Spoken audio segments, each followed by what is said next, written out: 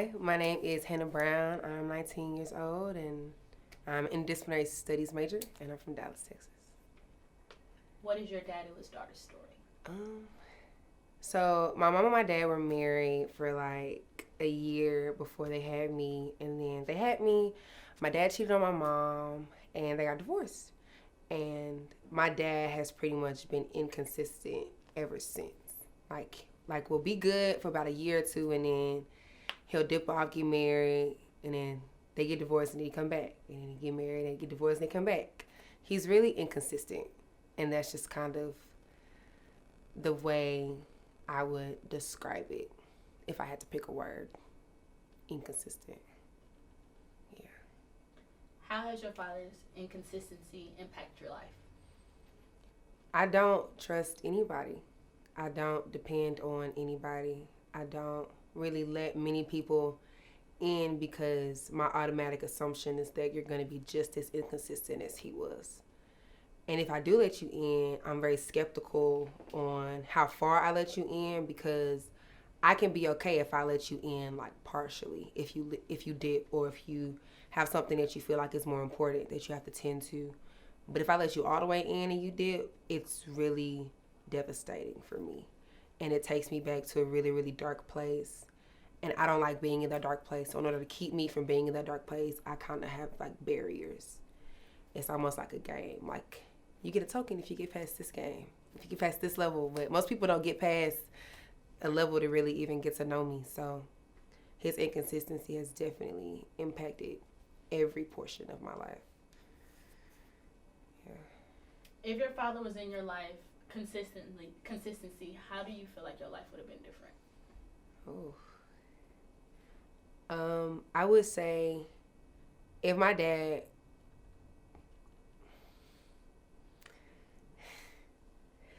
I'd say his inconsistency started with my mom. So had he not been inconsistent with her and had they still been together, a lot would have been different.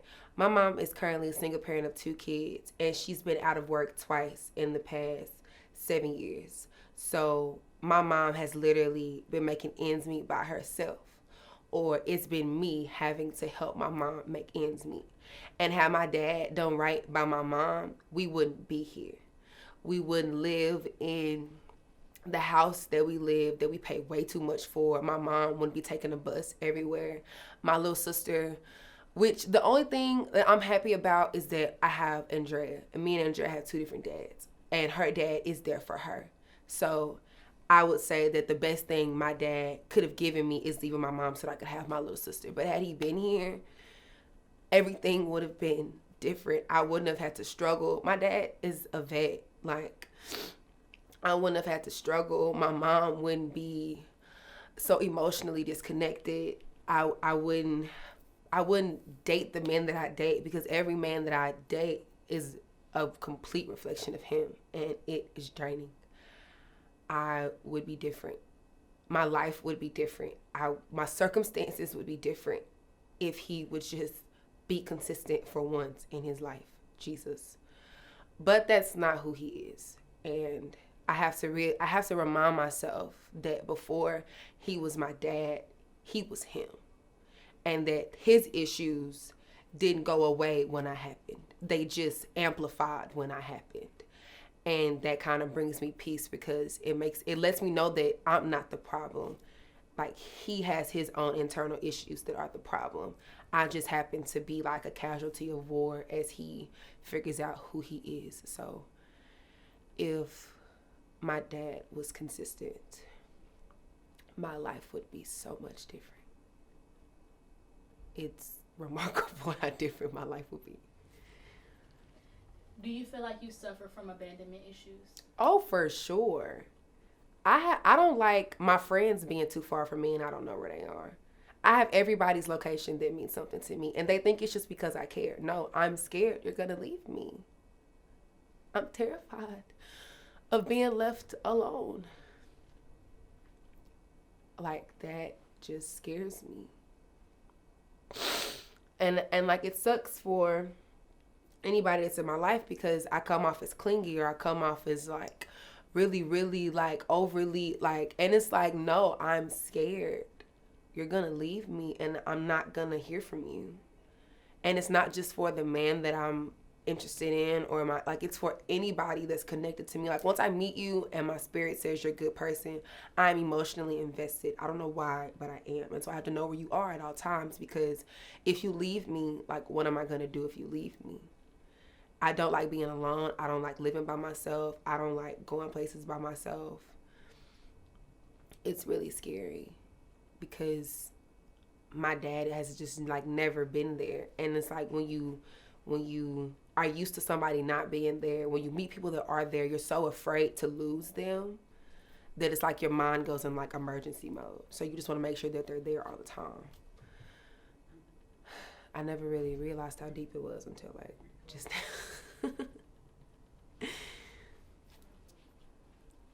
How have you been trying to heal the broken little girl inside of you? I don't know. I don't really.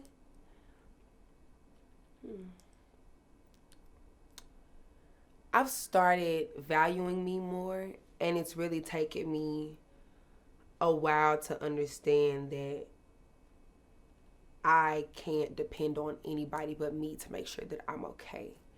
And in that process, I'm learning what I like and what I don't like, the kind of men that I'm attracted to, what I want from them, what I don't want from them. And in the midst of healing myself, it's difficult because something else happens to where I have to take my mind off of healing myself and go help somebody else.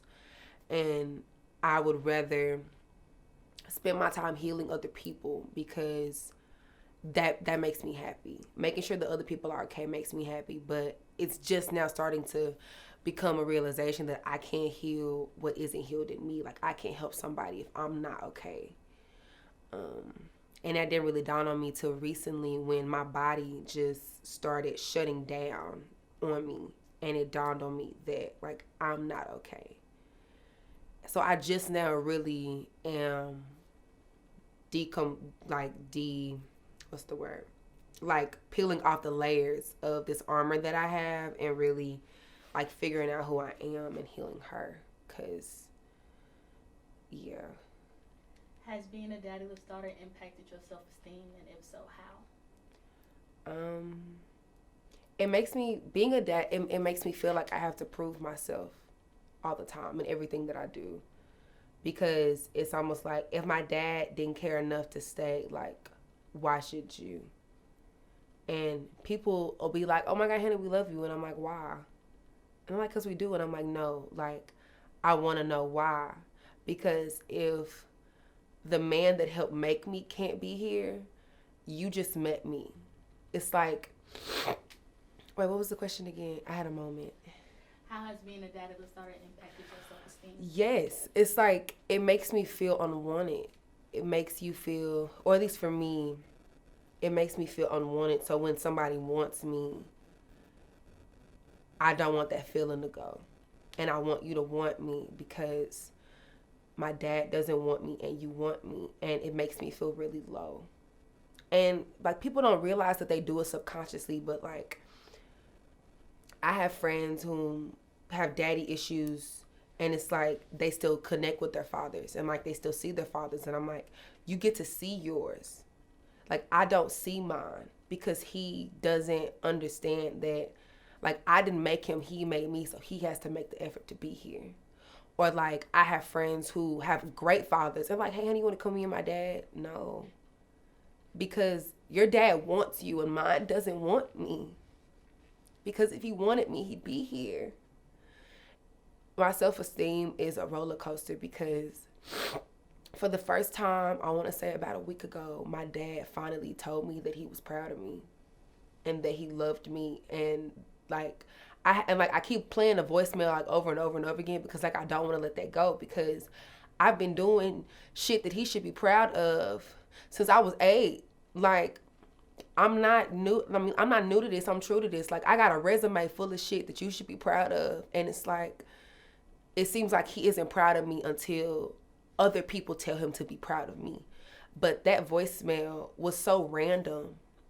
Like nothing was happening. Like I wasn't doing anything. He just called and I didn't answer, and he left the voicemail, and it's like, why are you proud of me now? So with my self-esteem, it's a roller coaster because you have my mom who don't care what's going on. She gonna be proud regardless. I could be picking up trash on the side of the road and Kathy Brown is gonna be like, yes ma'am, you better pick that trash up. Like, and then you have my dad whom is only there when they call his name on the program.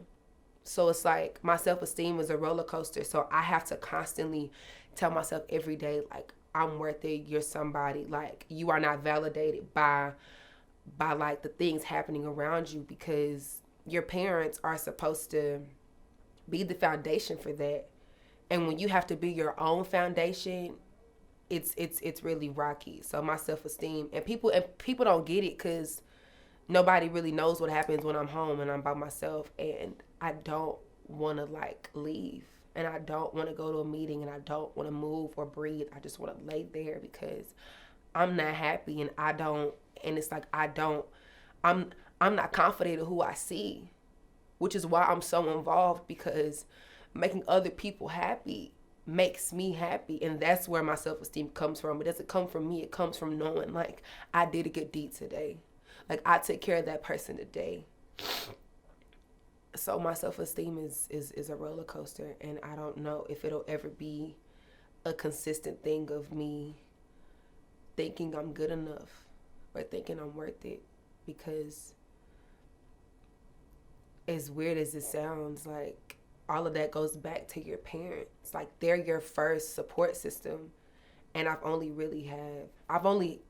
ever had half of one.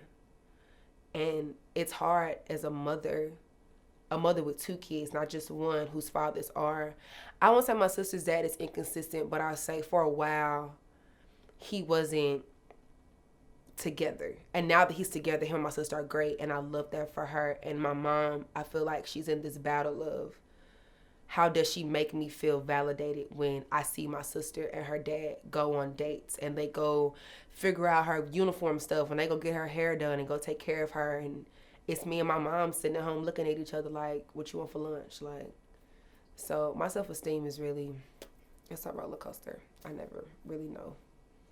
Are you the only daddyless daughter in your family, or is it a cycle? I would say I don't know. I would say, if we're talking about like my mom and my sister and my mom and my sister, my mom's dad was a drug dealer, a really notorious boom boom bop. Like, that was his thing. So he was in and out of jail. So, you know, my mom was grocery shopping at 10 by herself with $300-$400 in her pocket. Like, you know, and I would say for my mom, her dad was inconsistent as well, because you can't be a drug dealer in jail and be a father. You know, my mom was carrying drugs on airplanes, visiting her dad in the pen, not like the jail. No, like the penitentiary. And so I would say me and my mom, but at least with my mom's situation, like, he came home until my mom had to go move with her grandmother, because that just, hello, you're in jail, what are you going to do? But for a while, I would say my mom has memories with her dad, memories that she talks about, memories that she cherishes, because when he got out of jail and decided he wanted to do right, he died. So my mom has memories that she cherishes and that she tells us about, and the stories with her dad. I don't have those. The stories I have with my dad are like when I went to see him in Oklahoma and he beat the crap out of me. Or when he was supposed to come for my birthday and he didn't. Or when he was supposed to mail me an attendance